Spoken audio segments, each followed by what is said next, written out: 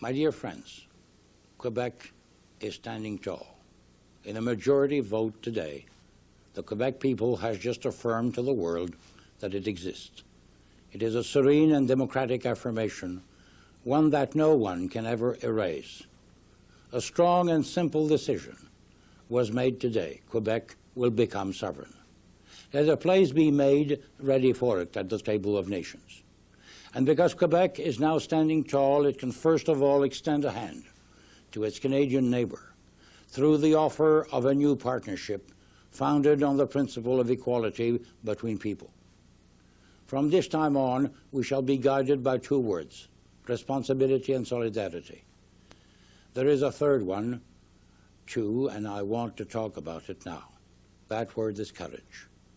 For courage was what Quebecers needed to surmount the tremendous obstacles that were put in their path from the very beginning until today, to adapt and survive in America while preserving their Francophone identity, and over the course of 400 years to grow and to welcome all the new arrivals, no matter what their language, their race, or their country of origin.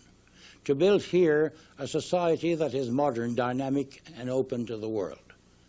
To do all that while our very existence as a people was being denied, while we were being refused the means to flourish. This year again, it took courage for the men and women of Quebec to stand up to the fear, to reject the call to renunciation and to a comfortable resignation. Today, my dear fellow Quebecers, you have surpassed yourselves. You have inscribed your name upon the face of the world. You have done so in an exemplary manner, through a process that was democratic, transparent, just, and enlightened. With passion, yes, but without aggressiveness. With fervor, yes, but in a spirit of peace and fraternity that is a perfect reflection of the kind of society we have, the kind of society we want. Living, expansive society founded on civility, stability, and the rule of law. A society where ideas abound and jostle together, but that rejects violence and the spirit of revenge. A society that respects the rights of individuals and minorities. All of you must know tonight that in the days to come, the government of Quebec will proceed with the same clarity, the same serene determination, the same courage, and the same openness as the men and women of Quebec have shown today. The first task for us all tomorrow will be to take off our yes and no labels so we can come together behind the democratic decisions that Quebecers have made. Several influential individuals have already indicated their desire to call for such a coming together. The same thing must be true in every neighborhood and in every village, in every cultural and linguistic community. All of us, no matter how we voted, no matter what we said in the course of this campaign, we are all Quebecers, equal before the law, and we can all take pride into the only victory that counts, the victory of democracy. In this spirit of coming together, the government will proceed, as we have indicated, to name new members to the committee that will guide and watch over the partnership negotiations with Canada. 2 or 3 of these new members will be chosen from those who defended the no side these past weeks. I shall be happy to hear suggestions from Leader of the Opposition in the National Assembly, Mr. Daniel Johnson, on this matter. We also intend in various forums, economic forums in particular, to call for solidarity between business and labor so we can implement our social choices. The first of these will be a national strategy for job creation. I would like to speak specifically to members of Quebec's English-speaking community and reiterate the importance to us of their presence among us and our commitment to respect and defend their rights. Also our commitment to take all measures necessary to guarantee in Quebec's new constitution that the identity of their community and their institutions is preserved. These rights and guarantees, once they have been inscribed in the Constitution, will not be modified without their agreement. New immigrants, those with landed immigrant status, and refugees who find themselves today on Quebec territory are wondering about their future. I want them to know they need not fear any change in their status or their present situation. All those waiting for Canadian citizenship will be able, without further delay, to take advantage of their right to Quebec citizenship at the time when sovereignty is declared. We invite them all to share with Quebecers the exhilarating challenge of building a new country here. The 65,000 native people of the 11 nations in Quebec, whose existence as distinct nations we have recognized for 10 years now, must also know that we intend to respect their present rights and to see to it that they enjoy a level of governmental autonomy equivalent to or greater than that exists elsewhere on the continent. Their rights will be enshrined in the new constitution of a sovereign Quebec, and those rights will not be modified without their agreement. And so today, Quebecers have decided to become sovereign. What will happen in the days to come? The sovereignty of Quebec will not be proclaimed right away. It can be as much as a year before the National Assembly makes that proclamation. This will give us the time we need to make proper preparations for the transition to public services to be integrated, new economic and social policies which are new tools to be defined, without undue haste, but with rigor. At the end of that process, Quebec will be able to vote all its own laws and adopt them to its own priorities and values, able to collect all its own taxes and administer its budget with the same resolute goal of reducing the deficit, and with the possibility of making its own fiscal and social choices, and able to decide all its own treaties with its neighbors and the rest of the world. In the meantime, we are still a province of Canada. Nothing will change tomorrow in our jobs or in our businesses. We will still pay the GST and send our taxes to Canada. We will still be paid benefits of all sorts from the federal government. In Quebec City, we will continue to administer our own affairs and in particular to meet our own objectives for deficit reduction. Our federal MPs will continue to represent us until we proclaim the sovereignty of Quebec in as much as a year. And that's when things are going to change, when things will become more simple. Until then, however, everyone will have time to get ready and see to it that the transition is made harmoniously without disturbing services to citizens.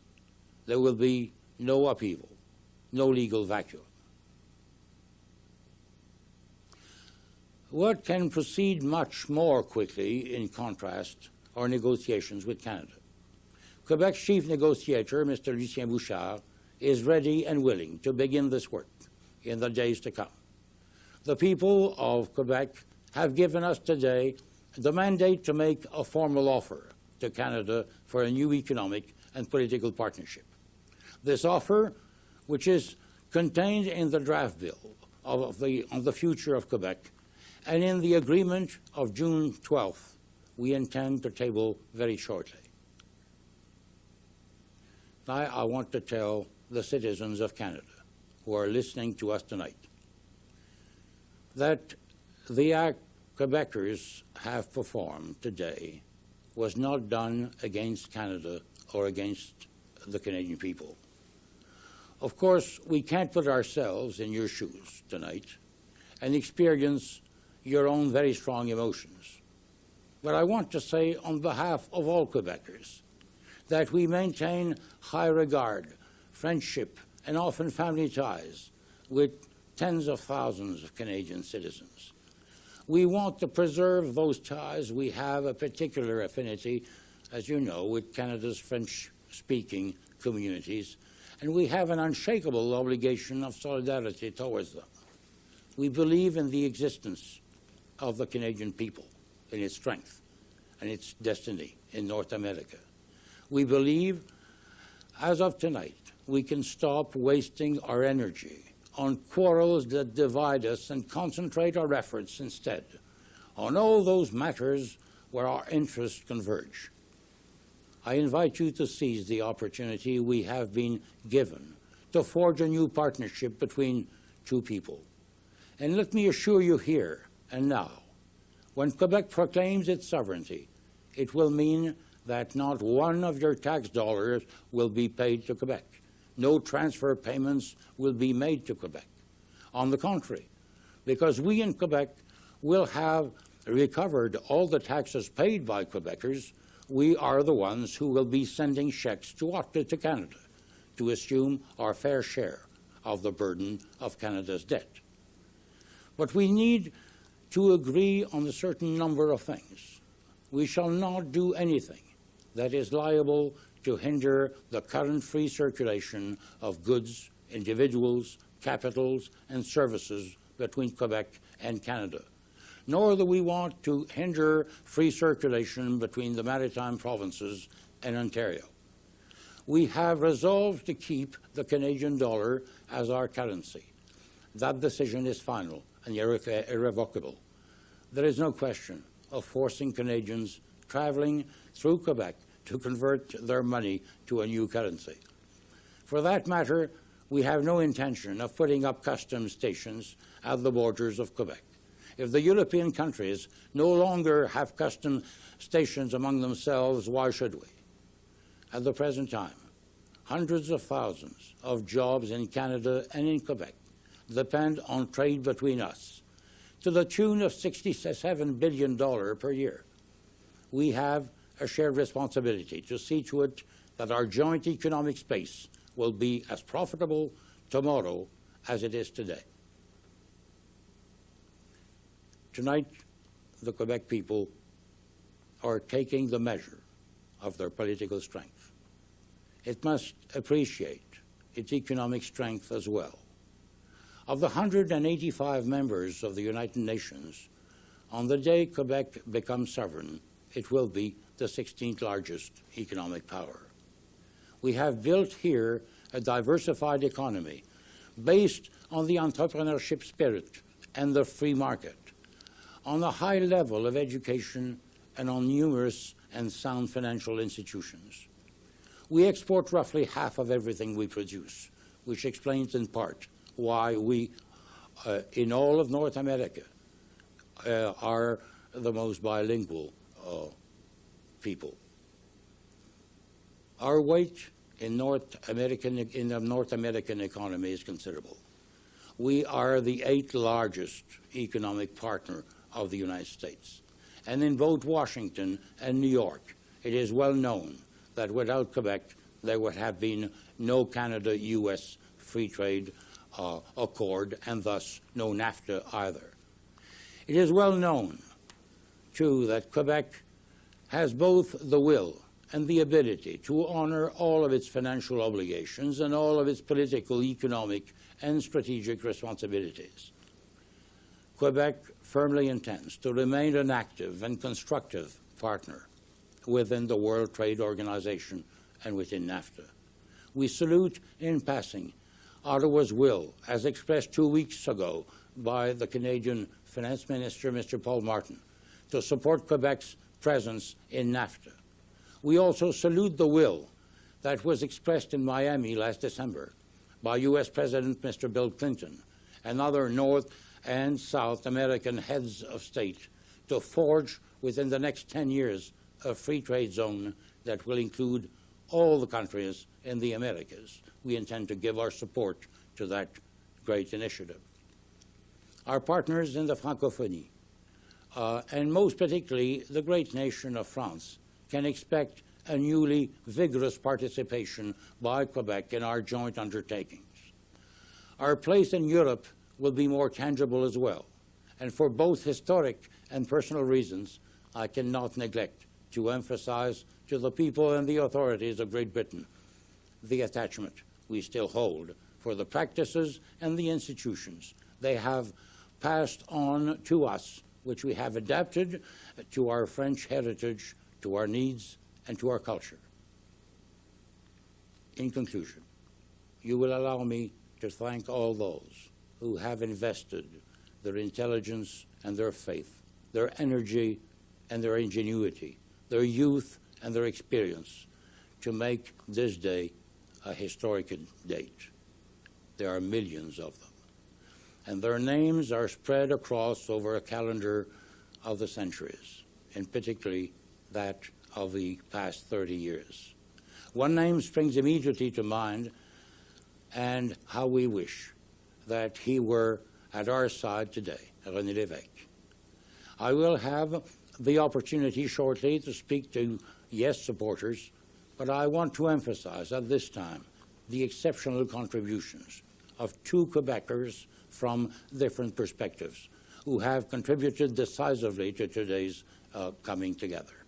Monsieur Lucien Bouchard, leader of the Bloc Québécois, and Mr. Mario Dumont, leader of the Action démocratique du Québec. I wish to underscore as well the energetic performance of the leader of the No Camp, Mr. Daniel Johnson, who has presented forcibly, it seems to me, the vision of the future of Quebec by emphasizing always his devotion to the democratic principles that govern us. I have heard him, in particular these past weeks, call for a new solidarity the morning after the vote, and for that I congratulate him. All of us can comprehend that the Prime Minister of Canada, Mr. Jean Chrétien, has a heavy responsibility tonight. Several times during the campaign, he told Quebecers that their choice today was one of capital importance. In Quebec City, on October 18, he declared that the referendum was, and I quote, the definitive and irrevocable choice of the country. In his address to the nation last week, he pointed out that it was, and I quote again, a definitive and irreversible decision. We agree with him. And so we can turn the page, respect the democratic verdict, and move on to the new dialogue that must now be open between Canada and Quebec in the interest of all our citizens and in the interest of stability. The Quebec that is beginning today must mobilize our energies. It must call on our imagination. Whichever way we voted, we want to and we can launch a new quiet revolution. We want to and we can roll up our sleeves and build a better future. And we all want, we will all be able, a few years from now, to tell one of our children or grandchildren, look at this renewed Quebec, this Quebec that is more responsible and more just, more peaceful and more prosperous. I contributed to its birth. I'm proud of it, and now I'm giving it to you. Good night.